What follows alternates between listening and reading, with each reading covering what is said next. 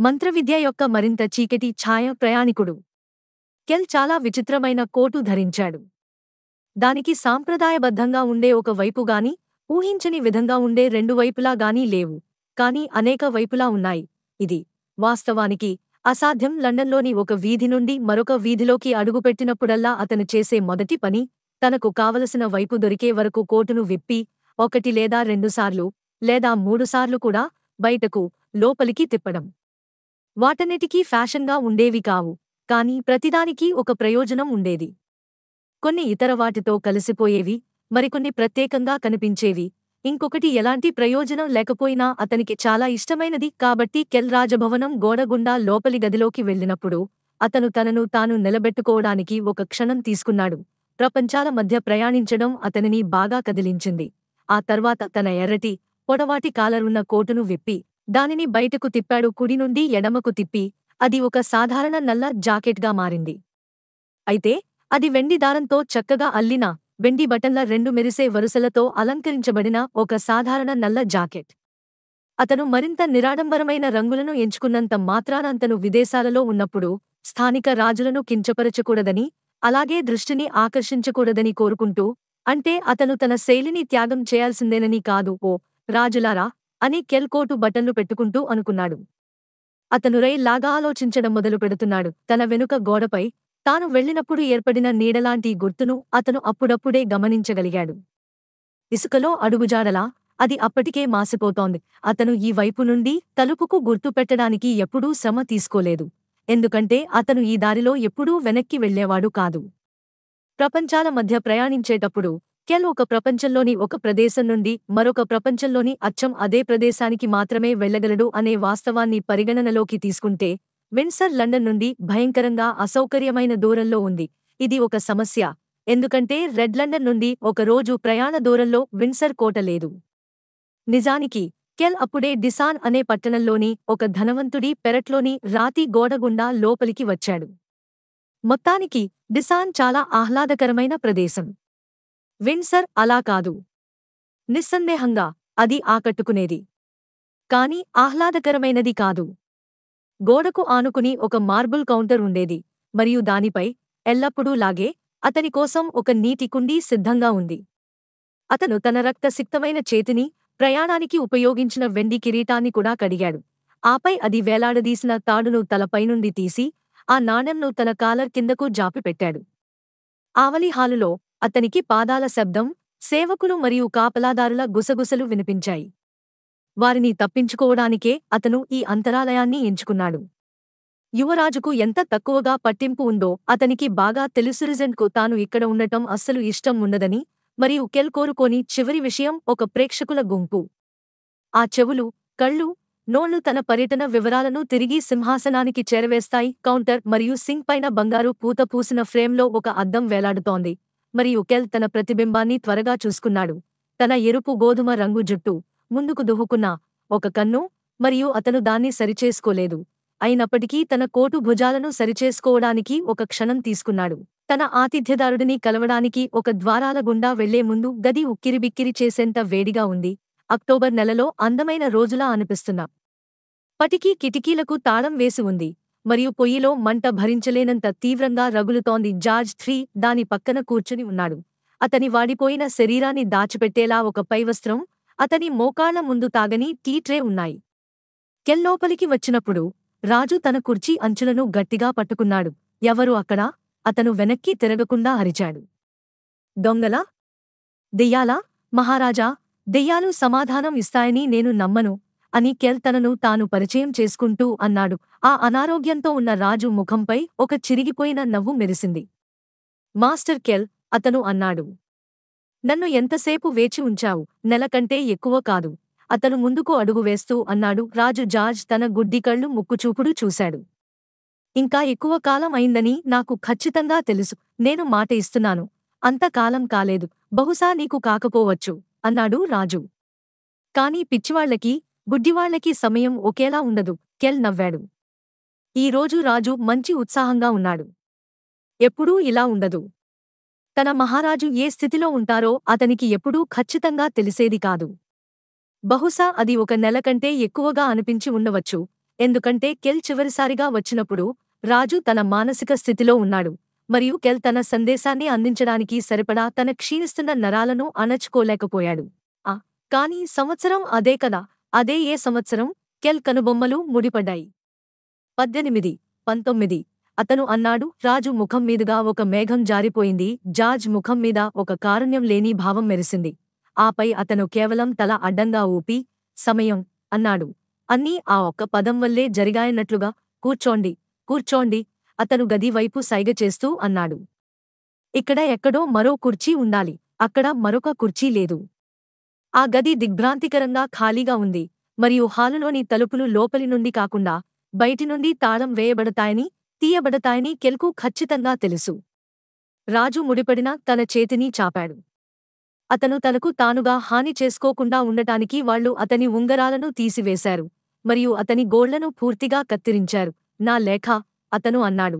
మరియు ఒక క్షణం పాటు కెల్, అతను ఒకప్పుడు ఉన్న జార్జ్లా, అంటే రాజసం తొణికించే వ్యక్తిలా కనిపించడం గమనించాడు. కెల్ తన కోటు జేబులను తడుముకుని బట్టలు మార్చుకోవడానికి ముందు నోట్లను బయట తీయడం మర్చిపోయానని గ్రహించాడు. అతను జాకెట్ను విప్పి ఒక క్షణం పాటు దానిని తిరిగి దాని ఎర్ర రంగులోకి మార్చి దాని మడతలలో ఎన్వలప్ దొరికే వరకు వెతికాడు. అతను దానిని రాజు చేతిలో పెట్టినప్పుడు రాజు దానిని ముద్దాడి మైనపు ముద్రను, ఎర్ర సింహాసనం యొక్క చిహ్నం, ఉదయిస్తున్న సూర్యుడితో కూడిన ఒక కలశం తన చేతితో సున్నితంగా తాకాడు. ఆపై ఆ కాగితాన్ని తన ముక్కు దగ్గరకు తీసుకువచ్చి వాసన చూశాడు. గులాబీలు అని అతను ఆకాంక్షతో అన్నాడు. అతను ఉద్దేశించింది ఆ మాయాజాలాన్ని. రెడ్ లండన్ వాసన తన బట్టలకు అంటుకున్నట్లు కెల్ ఎప్పుడూ గమనించలేదు. కాని అతను ప్రయాణించినప్పుడల్లా అతని నుండి తాజాగా కోసిన పువ్వుల సువాసన వస్తోందని ఎవరైనా తప్పకుండా చెప్పేవారు. కొందరు ట్యూలిప్లని చెప్పేవారు. ఇతరులు నక్షత్రాలను చూసేవారు. గులాబీలు, పియోనీలు. ఇంగ్లాండ్ రాజుకు అవి ఎప్పుడూ గులాబీలే. అది ఒక మంచి సువాసన అని తెలిసినందుకు కెల్ సంతోషించాడు. అతనికి ఆ వాసన రాకపోయినా సరే. అతనికి గ్రే లండన్, ధూమం మరియు వైట్ లండన్, రక్తం వాసనలు తెలుస్తాయి. కాని అతనికి రెడ్ లండన్ కేవలం ఇంటి వాసనలా అనిపించింది. దాన్ని నా కోసం తెరువు అని రాజు ఆదేశించాడు. కాని సీలును పాడుచేయకు. కెల్ చెప్పినట్లే చేశాడు మరియు లోపలి వస్తువులను బయటకు తీశాడు. ఈ ఒక్కసారికి రాజు ఇకపై చూడలేకపోతున్నందుకు అతను కృతజ్ఞతగా ఉన్నాడు. అందువల్ల ఆ లేఖ ఎంత చిన్నదో అతనికి తెలిసేది కాదు. 3 చిన్న పంక్తులు. ఒక అనారోగ్యంతో ఉన్న నామమాత్రపు అధిపతికి చూపిన మర్యాద, కాని అంతకు మించి ఏమీ లేదు. ఇది మా రాణి నుండి వచ్చింది అని కెల్ వివరించాడు. రాజు తల ఊపాడు. చదవడం కొనసాగించు అని అతను ఆజ్ఞాపించాడు. తన బలహీనమైన శరీరానికి, తడబడుతున్న స్వరానికి విరుద్ధంగా ఒక గంభీరమైన ముఖాన్ని ప్రదర్శిస్తూ. కొనసాగించు. కెల్ నోరు మింగింది. మహారాజు, రాజు జార్జ్ మూడవవారికి శుభాకాంక్షలు అతను చదివాడు. పొరుగు సింహాసనం నుండి. రాణి దానిని ఎర్ర సింహాసనం అని ప్రస్తావించలేదు. లేదా రెడ్ నుండి శుభాకాంక్షలు పంపలేదు. లండన్ వాస్తవానికి నది యొక్క సమృద్ధిగా, సర్వవ్యాపితమైన కాంతికి నగరం చాలా ఎర్రగా ఉన్నప్పటికీ, ఎందుకంటే ఆమె దానిని ఆ విధంగా భావించలేదు. ఆమెకు మరియు కేవలం ఒకే లండన్ల మధ్య తేడాను గుర్తించాల్సిన అవసరం పెద్దగా లేదు. ఒక లండన్ పాలకులు మరొకరితో మాట్లాడినప్పుడు వారు వారిని కేవలం ఇతరులు, లేదా పొరుగువారు, లేదా అప్పుడప్పుడు, ముఖ్యంగా వైట్ లండన్ విషయంలో, అంతగా ఆకట్టుకోని పదాలతో పిలిచేవారు. లండన్ల మధ్య ప్రయాణించగల ఆ కొద్దిమందికి మాత్రమే వాటిని గుర్తించడానికి ఒక మార్గం అవసరమైంది. అందుకే కెల్ అందరికీ బ్లాక్ లండన్ అని తెలిసిన నల్లటి నగరం అనే కోల్పోయిన నగరం నుండి ప్రేరణ పొంది, మిగిలిన ప్రతి రాజధానికి ఒక రంగును కేటాయించాడు. మంత్రముక్తి లేని నగరానికి బూడిద రంగు, ఆరోగ్యకరమైన సామ్రాజ్యానికి ఎరుపు రంగు, పస్తులుంటున్న ప్రపంచానికి తెలుపు రంగు. నిజానికి ఆ నగరాలకు ఒకదానికొకటి పెద్దగా పోలిక లేదు మరియు చుట్టుపక్కల ఆవలి దేశాలకు ఇంకా తక్కువ పోలిక ఉంది. అవన్నీ లండన్ దానికదే ఒక రహస్యం. అయితే అన్ని తలుపులు మూసివేయబడి, రాజులు మరియు రాణుల మధ్య లేఖలకు మాత్రమే అనుమతి ఉన్న చాలా కాలం క్రితమే ఆ నగరాలలో ఒకటి ఆ పేరును స్వీకరించిందని ప్రబలమైన సిద్ధాంతం. ఏ నగరం మొదట ఆ పేరును సొంతం చేసుకుందనే దానిపై ఎవరూ ఏకీభవించలేకపోయారు. మీరు కలిగి ఉన్నారని మేము ఆశిస్తున్నాము అని రాణి లేఖలో కొనసాగింది. మరియు మా నగరంలో వాతావరణం ఎంత అందంగా ఉందో మీ నగరంలోనూ అంతే అందంగా ఉందని కెల్ ఆగాడు. సంతకం తప్ప ఇంకేమీ లేదు. రాజు జార్జ్ కంగారుగా చేతులు నలుపుకున్నాడు. అంతేనా అందులో ఉంది? అతను అడిగాడు. కెల్ సంకోచించాడు. లేదు, అతను ఆ లేఖను మడతపెడుతూ అన్నాడు. ఇది కేవలం ప్రారంభం మాత్రమే. అతను గొంతు సరిచేసుకుని, తన ఆలోచనలను ఒకచోట చేర్చి, వాటిని రాణి స్వరంలో వ్యక్తపరుస్తూ అటూ ఇటూ తిరగడం ప్రారంభించాడు. మా కుటుంబం గురించి అడిగినందుకు ధన్యవాదాలు, ఆమె అంటున్నారు. రాజుగారు మరియు నేను క్షేమంగా ఉన్నాము. యువరాజు మరోవైపు, రై సమానమైన స్థాయిలో ఆకట్టుకుంటూ, ఆగ్రహానికి గురిచేస్తూనే ఉన్నాడు. కాని కనీసం నెల రోజులైనా తన మెడ విరగొట్టుకోకుండా లేదా తగని వధువును చేసుకోకుండా గడిపాడు. అతన్ని ఆ రెండింటిలో దేనిని లేదా రెండింటినీ చేయకుండా ఆపినందుకు కెల్కే ధన్యవాదాలు. రాణి తన సొంత యోగ్యతలతో నిలబడాలని కెల్కు పూర్తి ఉద్దేశ్యం ఉన్నా, అప్పుడే గోడపై ఉన్న గడియారం 5 గంటలు కొట్టింది. దాంతో కెల్ గునుక్కున్నాడు. అతను ఆలస్యం అవుతున్నాడు. నా తదుపరి లేఖ వరకు అతను తొందరగా ముగించి, సంతోషంగా ఉండు, బాగుండు, ప్రేమతో. ఆర్నెస్ రాణి, మహారాణి హెర్ హైనెస్. రాజు ఏదైనా చెబుతాడేమోనని కెల్ చూస్తున్నాడు. కాని అతని కుంటి కళ్ళు నిశ్చలంగా దూరం చూస్తున్నట్లుగా ఉన్నాయి, మరియు తను అతన్ని కోల్పోయానేమోనని కెల్ భయపడ్డాడు. అతను మడిచిన ఆ లేఖను టీ ట్రే మీద పెట్టి గోడ వైపు సగం దారిలో ఉన్నప్పుడు రాజు గొంతు వినిపించింది. ఆమెకు పంపడానికి నా దగ్గర లేఖ లేదు. అతను గొణిగాడు. పరవాలేదు, అన్నాడు కెల్ మృదువుగా. రాజుకు సంవత్సరాలుగా ఒకటి కూడా వ్రాయడం సాధ్యపడలేదు. కొన్ని నెలలు అతను ప్రయత్నించేవాడు, చర్మపు కాగితంపై కలంను అస్తవ్యస్తంగా లాగుతూ. మరికొన్ని నెలలు కెల్ చేత రాయించాలని పట్టుబట్టేవాడు. కాని చాలా నెలలు అతను కేవలం కెల్కు సందేశం చెప్పేవాడు, మరియు కెల్ దానిని గుర్తుంచుకుంటానని వాగ్దానం చేసేవాడు. చూడు, నాకు సమయం దొరకలేదు అని తన గౌరవాన్ని కాపాడుకోవడానికి ప్రయత్నిస్తూ రాజు అన్నాడు. కెల్ అతన్ని అలాగే వదిలేశాడు. నేను అర్థం చేసుకున్నాను, అతను అన్నాడు. నేను రాజకుటుంబానికి మీ శుభాకాంక్షలు తెలియజేస్తాను. కెల్ వెళ్ళడానికి మళ్లీ తిరిగాడు, మరియు మళ్లీ ఆ వృద్ధ రాజు అతన్ని ఆపడానికి పిలిచాడు. ఆగు, ఆగు, అతను అన్నాడు. తిరిగి రా. కెల్ ఆగాడు. అతని కళ్ళు గడియారం వైపు వెళ్ళాయి. ఆలస్యమైంది, ఇంకా ఆలస్యం అవుతోంది. సెయింట్ జేమ్స్లో తన బల్ల వద్ద కూర్చుని, తన కుర్చీని గట్టిగా పట్టుకుని, నిశ్శబ్దంగా కోపంతో ఉడికిపోతున్న ప్రిన్స్ రీజెంట్ రూపం అతని కళ్ల ముందు మెదిలింది. ఆ ఆలోచన కెల్ను నవ్వించింది. అందుకే అతను రాజు వైపు తిరిగాడు. అదే సమయంలో రాజు తన వస్త్రం నుండి తడబడే వేళ్లతో ఏదో తీశాడు. అది ఒక నాణెం. అది బలహీనపడుతోంది, అన్నాడు రాజు, ఆ లోహాన్ని తన పాత చేతులలో అమూల్యమైన, పెళుసైన వస్తువులా పట్టుకుని. నాకు ఇక మాయాజాలం అనిపించడం లేదు. దాని వాసన కూడా రావడం లేదు. నాణెం నాణేమే, మహారాజా. అలా కాదు. నీకు తెలుసు, ముసలి రాజు గొణిగాడు. నీ జేబులు ఖాళీ చెయ్యి. కెల్ నిట్టూర్చాడు. నువ్వు నన్ను చిక్కుల్లో పడతావు. అలా కాదు, అలా కాదు, అన్నాడు రాజు. మన చిన్న రహస్యం. కెల్ తన చేతిని తన జేబులోకి దూర్చాడు. అతను ఇంగ్లాండ్ రాజును మొదటిసారి సందర్శించినప్పుడు తాను ఎవరో మరియు ఎక్కడి నుండి వచ్చాడో అనే రుజువుగా అతనికి ఒక నాణెం ఇచ్చాడు. ఇతర లండన్ల కథ రాజు వద్ద భద్రపరచబడి తరతరాలుగా వారసత్వంగా వస్తూ ఉంది. కాని ఒక ప్రయాణికుడు వచ్చి చాలా సంవత్సరాలు గడిచిపోయింది. రాజు జార్జ్ ఆ అబ్బాయిని ఒకసారి చూసి కళ్ళు చికిలించి తన బొద్దు చేయి చాపాడు, మరియు కెల్ ఆ నాణెంను తన అరచేతిలో పెట్టాడు.